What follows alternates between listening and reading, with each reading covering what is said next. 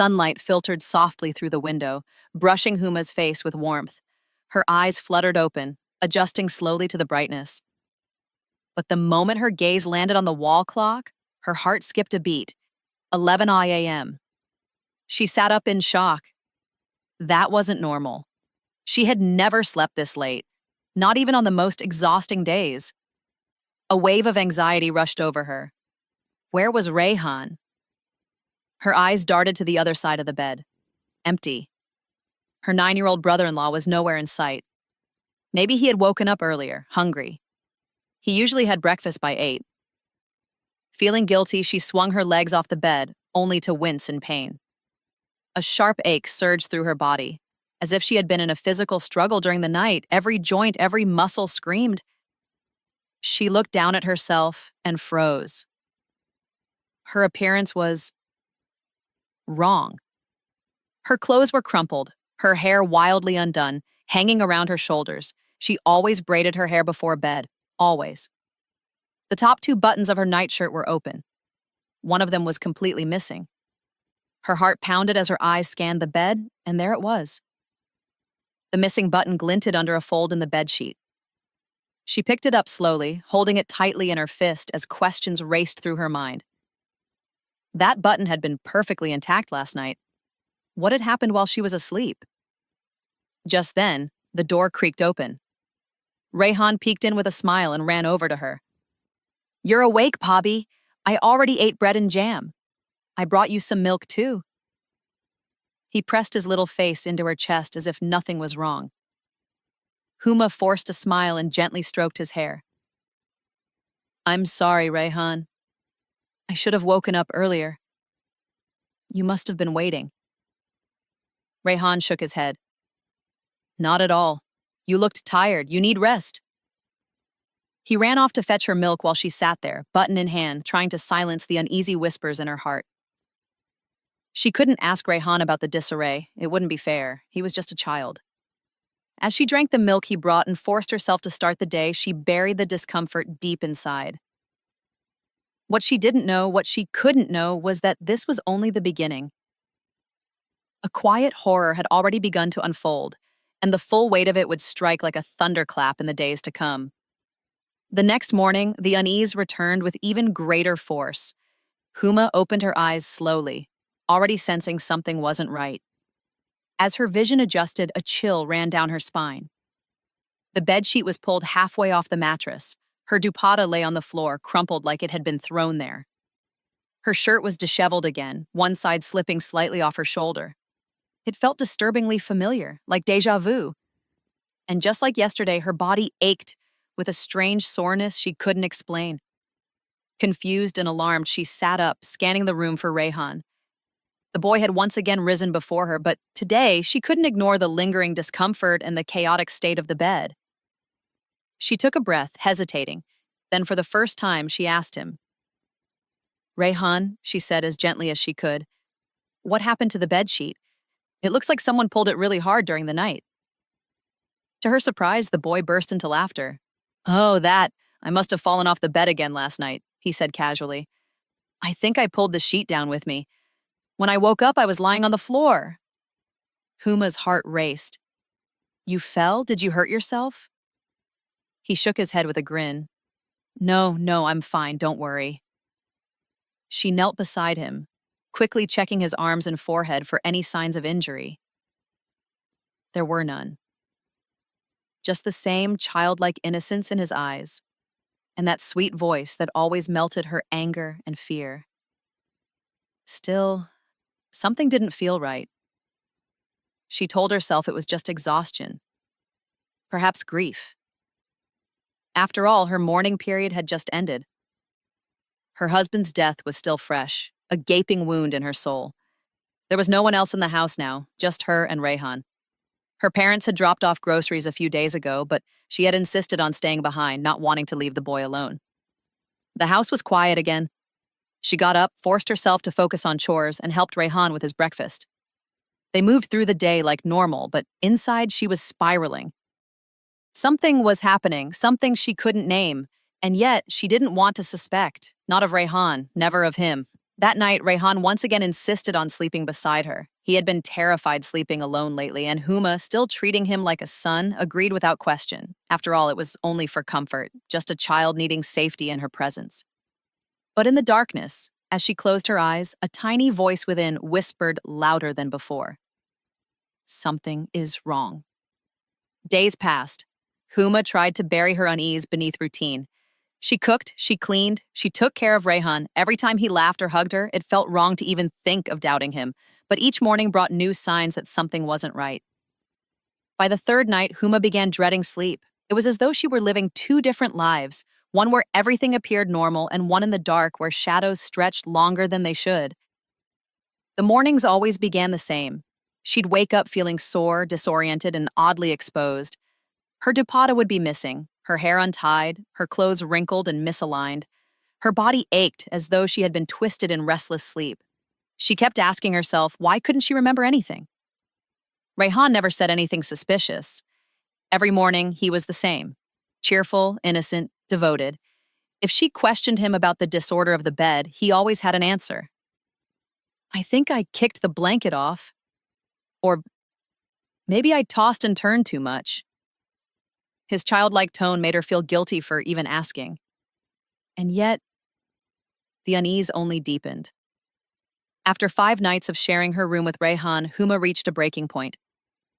Each night ended in the same disturbing silence, and each day began with her feeling a little more disconnected from herself. She didn't dare speak to anyone, not her parents, not even Rayhan. What could she say? That her 9-year-old brother-in-law was somehow connected to this creeping horror that took over her sleep? But she couldn't shake the thought that something was being done to her, that her body was no longer just hers. Then, on the 6th day, her eldest sister-in-law came to visit. She smiled and embraced Huma, masking the usual hostility with concern. But her true purpose became obvious when she turned to Rayhan, cooing and teasing, trying to convince him to come stay at her house for a few days. You've been with your Bobby all this time, she said sweetly, stroking his hair. Come spend some time with your sisters too, Rayhan clung tightly to Huma's sigh, shaking his head in refusal. No, I don't want to go. It was Huma who gently pried his hands away. You should go, Rayhan, she said, stroking his cheek. They love you too. You must give them time or they'll feel hurt. His eyes welled up as he looked at her. But I'll miss you, she forced a smile. I'll miss you too. As he left with heavy steps and tearful glances, Huma felt a strange mix of relief and emptiness. That night, for the first time in nearly a week, she slept alone. And when she woke up the next morning, something felt different. Her clothes were untouched. The bed was perfectly made. There was no pain in her body. But before she could even process the calm, her stomach lurched. A wave of nausea rose in her throat. The world around her tilted. Something was still very, very wrong. The nausea was relentless. Huma sat on the edge of the bed, clutching her stomach, sweat gathering at her brow. It wasn't just dizziness or fatigue. It was a deep, churning sickness that seemed to rise from within her bones. Her hands trembled as she reached for the glass of water beside her. The moment the cold liquid touched her lips, her stomach revolted. She rushed to the bathroom and vomited violently. Her breathing became shallow. She wiped her mouth and stared into the mirror. Her reflection was pale, drained. Something about her eyes frightened her. They looked like they knew something she didn't. Later that day, the vomiting returned, again and again, until Huma could barely stand. Panic clawed at her chest. She had no strength left to pretend. Something was terribly wrong with her body. By late afternoon, she wrapped herself in a long shawl, concealed her face, and left the house quietly, heading to a nearby clinic. Every step felt like she was dragging lead. Her heart pounded not just from sickness, but from fear. She didn't know what she feared more, the illness or the possibility that her intuition had been right all along. The doctor, an older woman with a calm demeanor, examined her with clinical precision. Huma tried to explain her symptoms, but her voice cracked. After a few questions, the doctor ordered an ultrasound. Huma's heart skipped a beat. She laid on the examination table, cold gel spread across her stomach, screen flickering above her. As the machine whirred and beeped, the doctor's brow furrowed.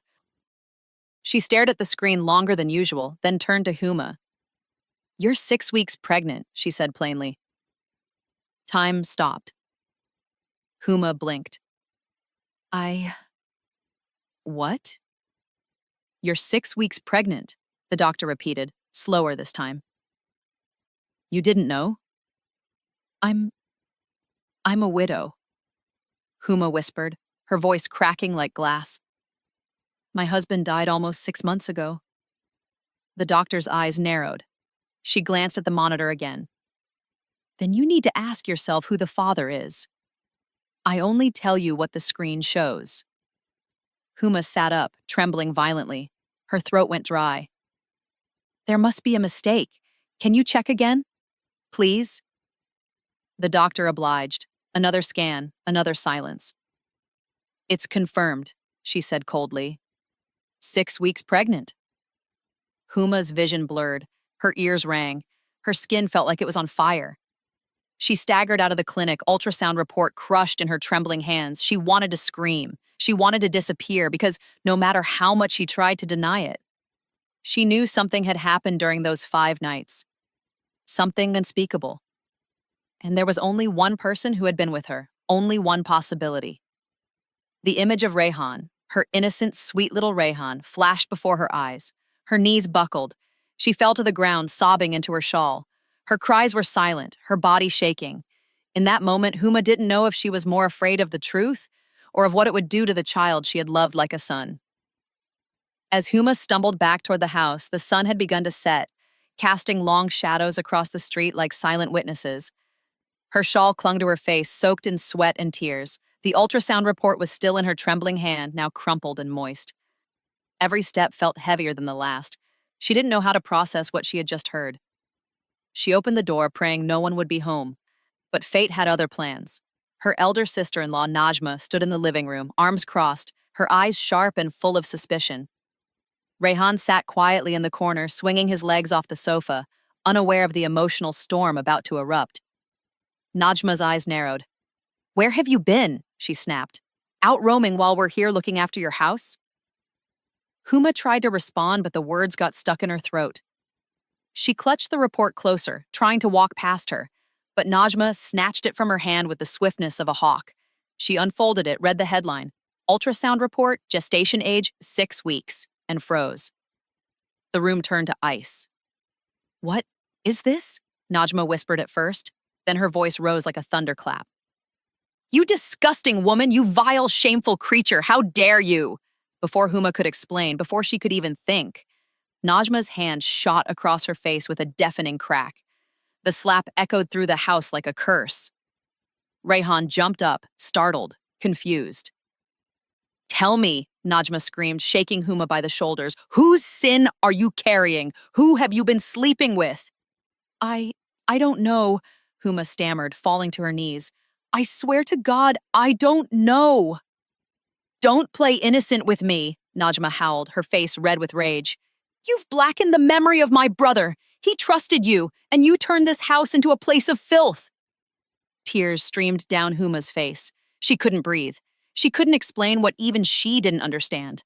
Rayhan, trembling, walked slowly toward them. "Please don't hurt her," he whispered, voice shaking. "Stay out of this," Najma snapped. "You don't know what this woman has done." But Rayhan didn't move. His small frame stood between Huma and his furious sister. And then, with sudden courage, his lips quivered as he said something that made the earth stop turning. "Shahzad gave me medicine to put in Bobby's milk."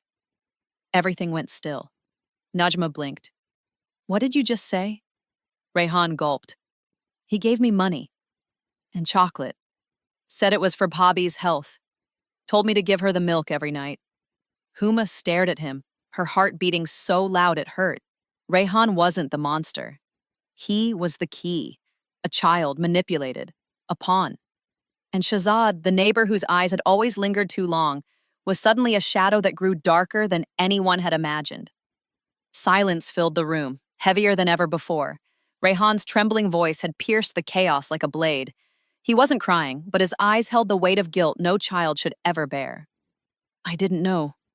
I thought I was helping her," he said softly, his fingers nervously twisting the edge of his shirt. Najma stared at him in stunned disbelief. "What do you mean, helping her?" Rayhan looked up, confused and scared. Shahzad Pai told me you were very weak after Pai's death. He said you needed strength, and he gave me some medicines. He told me to mix them in your milk every night. He said they'd make you feel better. Huma's entire body froze. Her mind rewound to those 5 nights, nights she couldn't remember, only feel. The unexplained pain, the disheveled clothes, the broken buttons, the strange way she woke up each morning with shame she couldn't name. And now it all made sense. She stumbled back, her hand over her mouth. Those weren't vitamins. They were sedatives. Rayhan nodded innocently. Maybe because every time I drank it too, I fell asleep so fast. Deep sleep, I didn't even know when. Najma took a step back, her anger melting into horror. Oh, God. Shahzad used you to get to her? Rayhan's lips trembled. He said I should take care of Bobby. He said, you're all she has. The reality was unbearable. A grown predator had manipulated a grieving, innocent boy, twisting his love for Huma into a weapon, and he had drugged her, violated her, for 5 nights, while she slept beside the only child who still gave her reason to breathe. Tears poured from Huma's eyes. I trusted you, she whispered. Not to Rayhan, but to the memory of the house that once felt safe. I thought you were just a filthy man with a filthy mouth, but you were planning something darker all along. Najma's eyes turned to steel. We're not staying silent. Without waiting, she sent one of the younger sisters to call the others. Minutes later, both arrived. They read the report, heard the confession, and for the first time, their hands didn't rise. Their eyes didn't accuse. Because the truth was undeniable now. Their dead brother's widow had been preyed upon, and their youngest brother was used as the unknowing instrument. Rayhan sobbed quietly. I'm sorry. I didn't know. Huma knelt in front of him, placing a trembling hand on his head. You were used too, she whispered, her voice cracking. This wasn't your fault. Najma stood, her voice cold. Shahzad will pay for this. No more silence. The sisters, united for the first time, walked out the door toward Shahzad's house, toward justice. Huma looked up at the sky. Something inside her had broken, but something else, something fierce, had begun to rise. This wasn't just her pain anymore, it was her war. The air inside the house was heavy. The atmosphere, once filled with quiet mourning, had turned into a storm of judgment and shame. Huma sat silently on the corner of the sofa, her fingers trembling as she clutched the medical report. Her sister-in-law stood before her, voice rising with every question, demanding answers Huma herself didn't have. Whose child is this? Tell me. Who have you brought this disgrace upon us for? Tears poured from Huma's eyes. She wanted to scream, to defend herself, to explain that she didn't know how this had happened, that she had trusted everyone, especially within these 4 walls, that her soul was more shattered than anyone could imagine, but the words wouldn't come. The room fell into stunned silence when Rayhan entered. His young face was pale. Seeing the tears, the shouting, and the report, he hesitated, then walked straight toward them. I have to say something, he whispered, voice shaking. Everyone turned to look at him. I didn't know anything at first, he began, but now I think I understand. A few weeks ago, Shahzad Pai from next door gave me chocolates and some pills. He told me they were for Bobby's strength. He said I should mix them in her milk because she was becoming weak. Gasps filled the room. Huma's breath caught in her throat. Rayhan continued, tears now streaming. He said if I helped her take the milk, she'd feel better. I didn't understand what those pills were. I just wanted to help her. He looked down, ashamed. I didn't mean to hurt her. I thought I was doing something good. The realization sank in like a thunderclap. The puzzle pieces fit together. The nights of weakness, the unexplained exhaustion, the mornings of confusion. It hadn't been chance. It had been manipulation. Huma had unknowingly been targeted while her heart was healing. Her sisters-in-law fell silent. One sat down heavily. The anger in their eyes gave way to shock and then sorrow. Huma stood slowly and walked to Rayhan. Her hand gently cupped his cheek.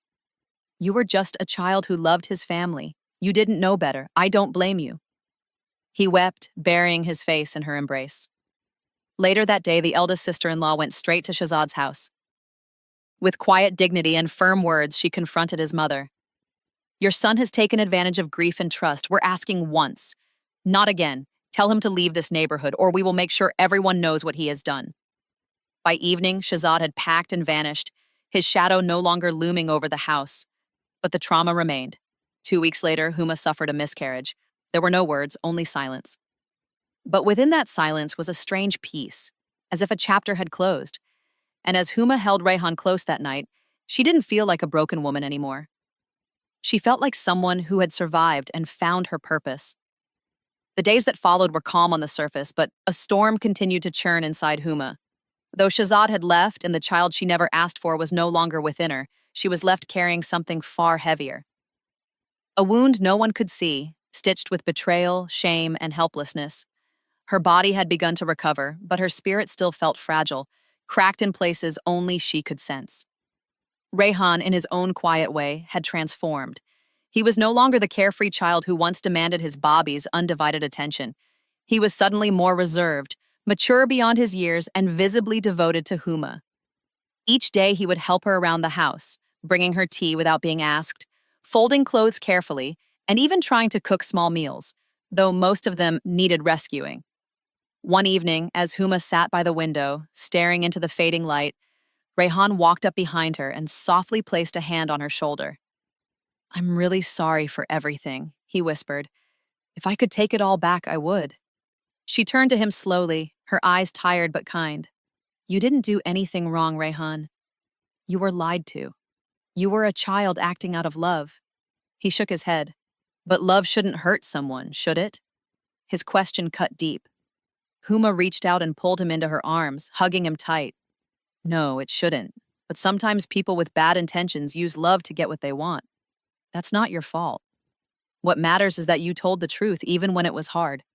Rayhan nodded slowly, his eyes shimmering with emotion. He didn't say anything else. He didn't have to. Word had spread silently in the neighborhood that something had happened in Huma's house, but no one dared to ask directly. Her sisters-in-law, once critical and bitter, had grown quiet too. Not out of guilt alone, but perhaps finally understanding the weight of womanhood, of isolation, of being judged without evidence. One evening, the eldest sister-in-law came to her. She didn't speak much, only placed her hand over Huma's and said, "You've been through enough. I'm sorry I didn't stand with you sooner." Huma gave a small nod in reply, though her heart was still hesitant to trust again. Rayhan, meanwhile, started calling her Ami softly, shyly, as though testing whether he had the right. And Huma, after a long pause, let him. Not because she had to, but because in that single word she felt seen, respected, needed. Her life had shattered and rebuilt itself, and those scars remained, so did love. Honest love. Months passed, seasons changed, and with them, so did Huma. What once felt like a cage of shame and sorrow slowly began to transform into something gentler, a quiet acceptance, not of what had happened, but of what could still be. She had wept enough, bled enough, and explained herself far more than a woman should ever have to. Now it was time to live. Rayhan had grown closer to her with every sunrise. His guilt had not vanished, but it had matured into responsibility. He no longer clung to her like a scared child, but stayed near her like a silent protector. He studied harder, helped with chores, even picked up groceries without being told. He was only 10, but at times, he carried himself like he was twice that age. One evening, while Huma was sitting with a warm cup of tea, Rayhan brought his school report and laid it in her lap. He had done exceptionally well. She smiled, her eyes watering. "Your brother would have been proud," she whispered. Rayhan sat beside her and rested his head on her shoulder. "Do you think he's watching us?" "Yes," she said without hesitation. "I think he watches us every day. And I think he's grateful that we're still holding on to each other." Her words weren't just comfort for him. They were healing for herself. Over time, her sisters-in-law stopped pushing Rayhan to live with them. They saw the bond, unspoken and undeniable. They stopped trying to question her motherhood. Because Huma, in every way that mattered, was his mother now, not by blood, but by sacrifice, love, and a kind of pain only mothers understand. People in the neighborhood still whispered sometimes, but their words no longer reached her the way they used to. She had survived something many wouldn't even understand, and still chose love over bitterness. And Huma made a decision, one she didn't announce to anyone, but held firmly in her heart. She would not remarry. Not because she didn't deserve love, but because she had already found her purpose. Rayhan needed her, and truthfully, she needed him too. The world had taken too much from them both. She wouldn't let it take this bond away. One night, as they sat watching the stars, Rayhan turned to her and asked, "Will you ever leave me?" She looked at him and smiled through the sadness that had once drowned her. Never. Not in this life, not in the next, Johansson. That night, for the first time in months, Huma slept peacefully. Not as a broken widow, not as a woman burdened by shame, but as a mother, whole again through love freely given and fiercely defended. And that, perhaps, was the real miracle.